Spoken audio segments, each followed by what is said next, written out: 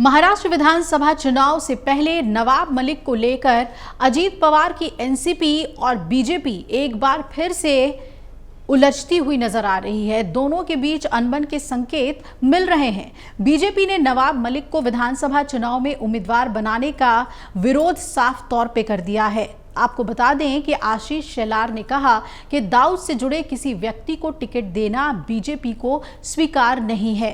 फिलहाल नवाब मलिक अजीत पवार के साथ हैं और वो मुंबई के अणुशक्ति नगर से विधायक हैं, जहां से उनकी बेटी सना मलिक को टिकट मिलने की संभावना जताई जा रही है।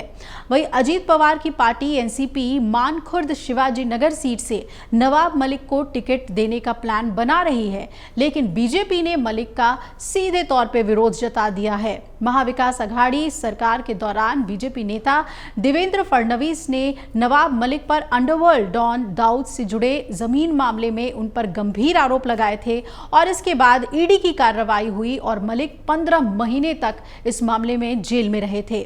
उन्हें स्वास्थ्य आधार पर ही जमानत दी गई थी, लेकिन उस समय तक महाविकास अघाड़ी की सरकार ही जा चुकी थी और महायुति सत्ता में आ गई थी और अजीत पवार भी सत्ता में थे।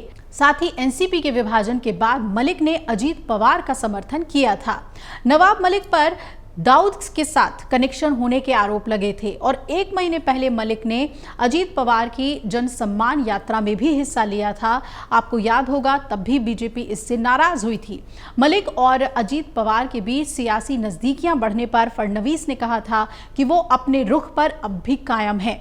अजीत पवार को लिखे पत्र में फडणवीस ने कहा था कि सत्ता आती जाती रहती है, लेकिन सत्ता से ज्यादा महत्वपूर्ण देश है। अगर मलिक पर लगे आरोप साबित नहीं होते तो हमें उनका स्वागत जरूर करना चाहिए, लेकिन हमारी स्पष्ट राय है कि जब उन पर आरोप लगे हैं तो उन्हें महायुति का हिस्सा बनाना ठीक नहीं होगा। मलिक को देशद्रोहियों से संबंध रखने के आरोप में गिरफ्तार किया गया था। मीडिया रिपोर्ट के मुताबिक नवाब मलिक इस वक्त मुंबई के अणुशक्ति नगर से विधायक हैं और इस बार उनकी बेटी सना मलिक इस सीट से विधानसभा चुनाव लड़ने की दावेदार हैं। नवाब मलिक मानखुर्द शिवाजी नगर सीट से चुनाव लड़ना चाहते हैं, लेकिन बीजेपी उनकी उम्मीदवारी का लगातार विरोध कर रही है।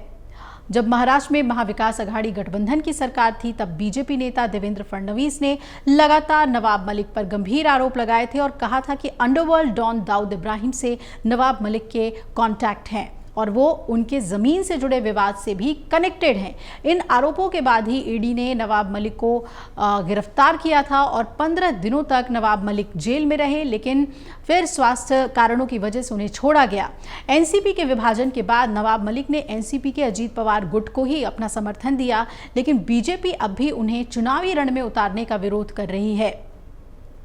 विधायक होने के कारण अजीत पवार गुट से उन्हें टिकट मिलने की संभावना भी है, लेकिन बीजेपी ने टिकट की घोषणा से पहले ही विरोध जता दिया है। सूत्र ये भी बता रहे हैं कि महायुति में सीटों के बंटवारे पर सहमति तो बन गई है।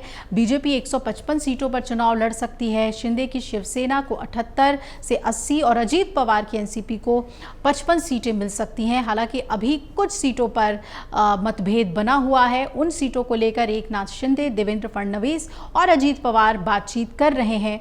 हालांकि मुंबई की कुल 36 सीटों को लेकर फैसला हो गया है। मुंबई में बीजेपी 18 सीटों पर, शिंदे की शिवसेना 16 सीटों पर चुनाव लड़ सकती है और अजीत पवार को एनसीपी को 2 सीटें मिल सकती हैं। लेकिन नवाब मलिक के मुद्दे पर एनसीपी और बीजेपी के बीच जो नाराजगी देखने को मिल रही है, क्या अजीत पवार उसका हल निकाल पाएंगे और देवेंद्र फडणवीस की सुनेंगे, या फिर अपने गठबंधन को नाराज करते हुए, बीजेपी को नाराज करते हुए वो नवाब मलिक को भी चुनावी मैदान में उतार देंगे?